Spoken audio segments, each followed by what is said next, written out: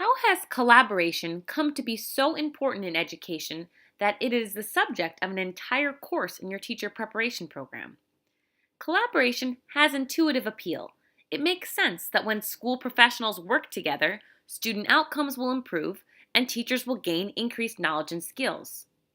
Unfortunately, the term collaboration often is carelessly used, and there's much confusion about what it is, what it looks like, and how you as a future teacher will collaborate.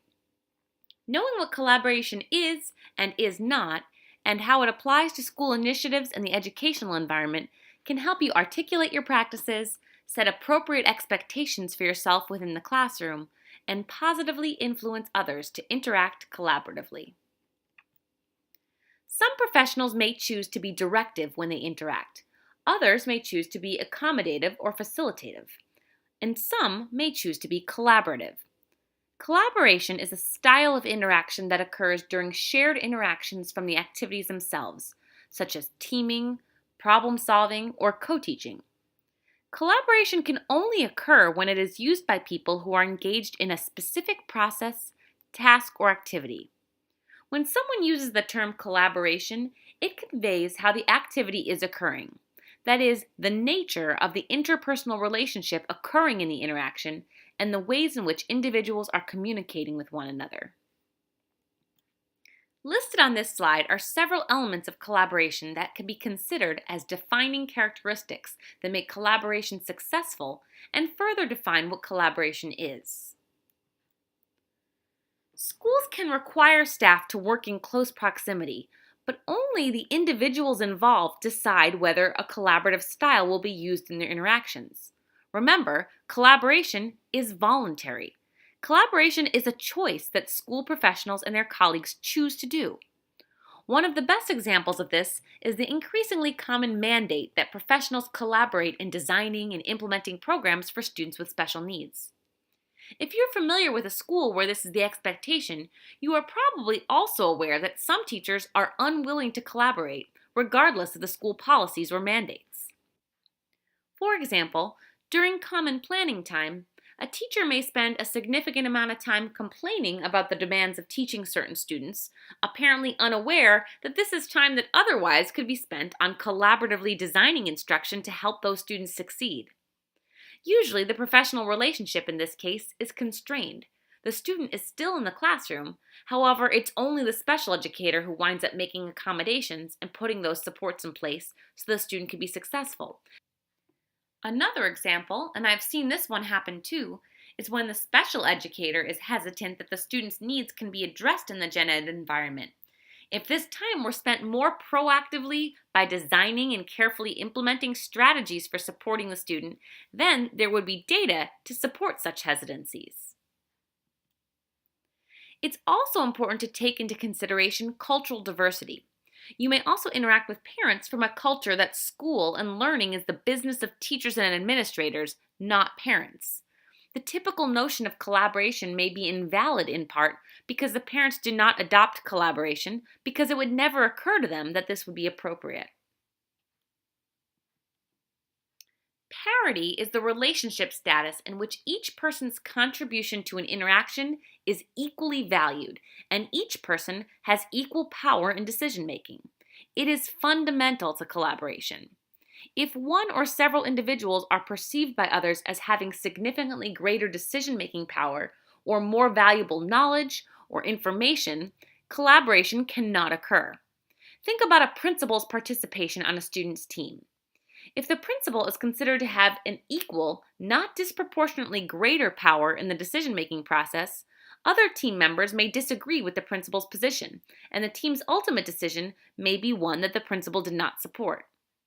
Without parity, it is likely that some team members will agree with the principal's preferences because they would be worried about repercussions for disagreeing. It's also important to note that there will be times when there is parity, as in the example I just mentioned, but outside of that specific situation, the relationship among the members is markedly different. So in the above example, the principal was part of the student's team, and his or her voice was just as important as everyone else's on the team, and he was viewed as a team member. But outside of being part of that student's team, the principal would assume his or her regular role as the school leader. There must be at least one goal that is specific and important enough to maintain a shared commitment. There may be differing opinions on how that goal is achieved, but there is still that shared goal. For instance, teachers may agree that a student with complex learning needs should spend most of the school day with typical peers, but they might disagree about other programming decisions, such as who should have the primary teaching responsibility for the student, how appropriate services and support should be, and what arrangements should be made for assessing student progress. If you collaborate with a colleague, you are assuming the responsibility of actively engaging in the activity and the decision making it involves. It's useful to distinguish between responsibility for completing tasks associated with the activity and the responsibility for the decision making involved in that activity. Shared participation in task completion does not imply that the individuals involved must divide tasks equally or participate fully in every task required to achieve their goal.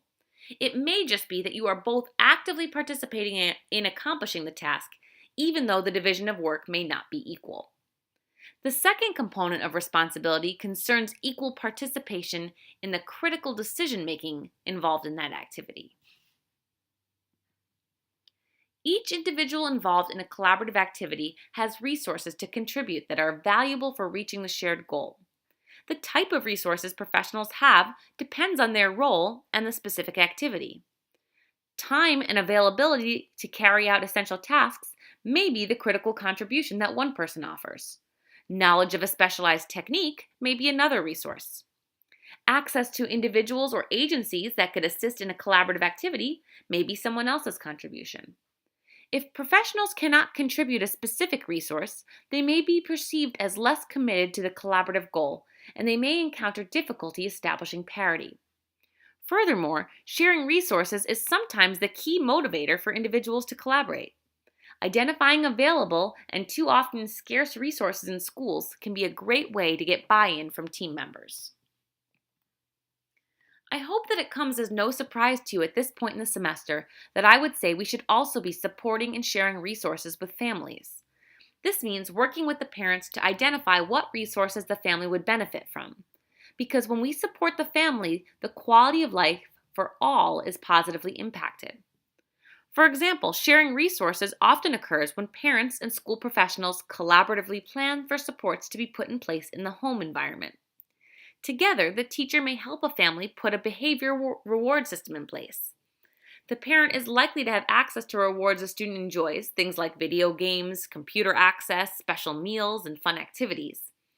The teacher may recommend the number of positive behaviors the student should display, the frequency of the rewards, and the plan for systematically phasing or changing out the system. This program being implemented in the home wouldn't be possible without the contributions that everyone makes. Whether the results of a collaborative effort are positive or negative, everyone is accountable for the outcome. If someone forgets to do something, it impacts the whole group.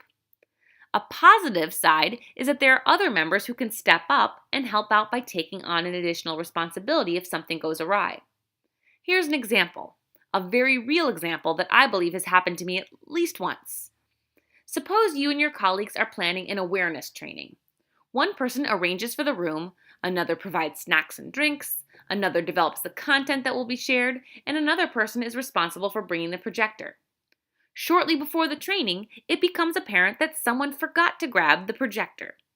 In a collaborative effort, everyone shares the resulting need that the training may need to be changed at the last minute or arrange to have someone make a mad dash to get that projector.